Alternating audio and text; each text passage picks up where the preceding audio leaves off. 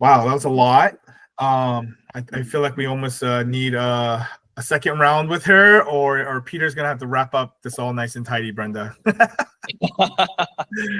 that was great. That was great. Yeah. I Yeah. turned down many deals with VA, non-VA spouse income. This year, I turned down 4 already. And I can go back to all 4 and say that I can do it with a high bell up to 1.2. And I can do borrow paid, get it done, or lender paid comp, get it done, and then VA Earl next year or later this year. Just like how we approach the FHA and FHA Streamline, as long as the VAs don't pay the funding fee, see, certificate of eligibility, if you have access to it, you can pull it. But if you don't, you can create an ID.me account and contact Brenda. She'll help you to create your own account so you can pull the COE from your laptop, which shows the eligibility of the funding fee and the subsequent use or first-time use definition. That's what determines the funding fee for the VA loans. So there's a separate chart that you can go to UWM, the dashboard, or on the MLO dashboard sales tab, there is a separate chart that talks about the VA funding fee. But that's great. I have about 4 takeaways. Peter, I have a question Yes. regarding the non-veteran co-borrower for a VA. So if the main VA borrower is eligible for no upfront VA fee, does that still qualify them, even if the borrower is the co-borrower is non-veteran? I believe so. She If they said were there's like no overpay. exempt, if they were exempt.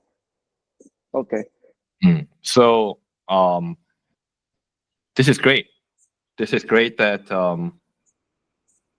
yeah, EPM, I didn't put EPM on my front line, but I'm glad that we had a chance to talk about all these products. If I charge $1,000 on 4 purchases, that's easy $4,000 that I have that I don't have to compete. Yeah. Team, any questions with stuff that we talked about today? If not, we can do a hard stop at 10:30. Once I receive the underwriting guideline from Leslie, I'll create a summarized meeting note with today's content. And if you have any questions from there, we'll get a chance to talk once again in a group setting like this, or maybe individual. Please check my calendars if you want specific information. Okay, thank you everyone. Have a great day. Have a great week. Peter, See you next. what do you have for next week, Peter? So we are trying to have AEs to come and talk for us for 30 to 40 minutes. So specifically, I was targeting for non-delegated correspondent account executives. EPM out of the blue came in because one of the new res account executive who were supposed to talk today canceled at the last minute. So new res, Okay. PennyMac on the loan sifter has more than 140 basis point on jumbo loans. I just saved a jumbo loan that I was sending to PennyMac, who use PennyMac, but they are renewed. The system is renewed. So please price out. There's no way that we're gonna outbid. And I had an interview with C2 Financial last week, and I have their corporate login. I'll share it with you too, if I can. But they're not signed up with all the investors that we were. I thought having a loan sifter outbid us when I heard that they were using loan sifter too. But I didn't realize they're not signing up with an investor that we have.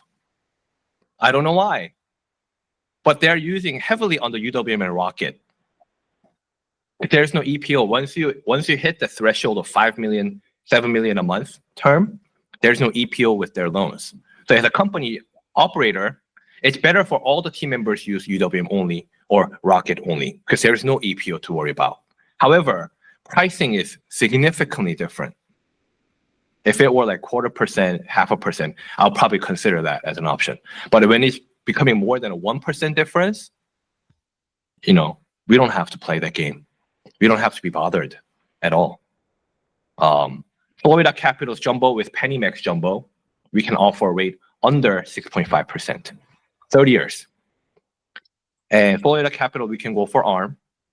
With a PennyMax, we can go up to DTI 49.99. We don't have to worry about the 43% DTI with jumbos. PennyMax and Arc Home, especially these two, and JMac, all three, are carrying a jumbo product that goes up to 49.99 and has a 1% better rate than UWM, the yellow jumbo product. Everybody has AUS jumbo, but the pricing sucks over there.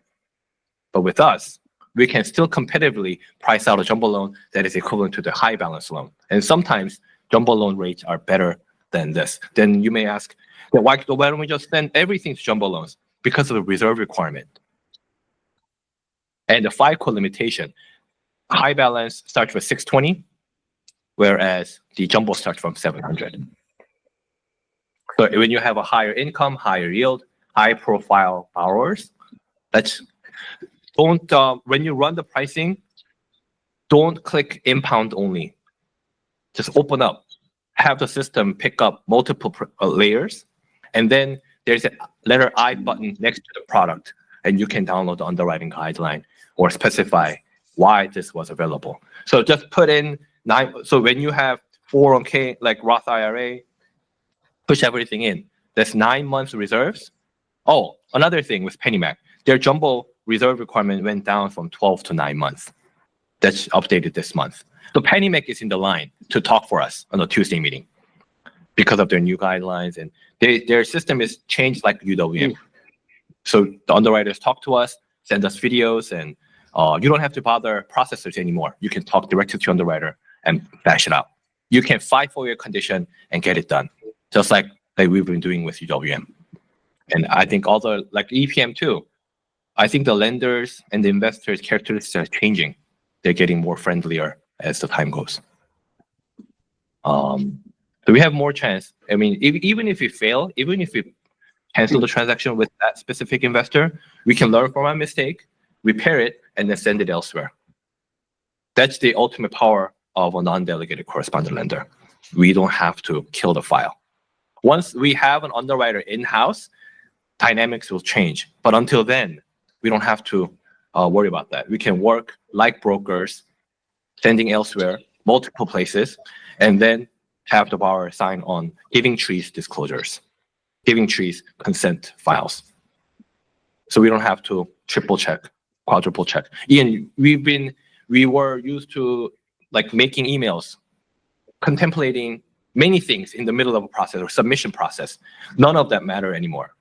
Or the process is getting eliminated. One of these processes were getting eliminated because of it. We'll share more of how we truly operate when we get to where we need to be. But any other questions?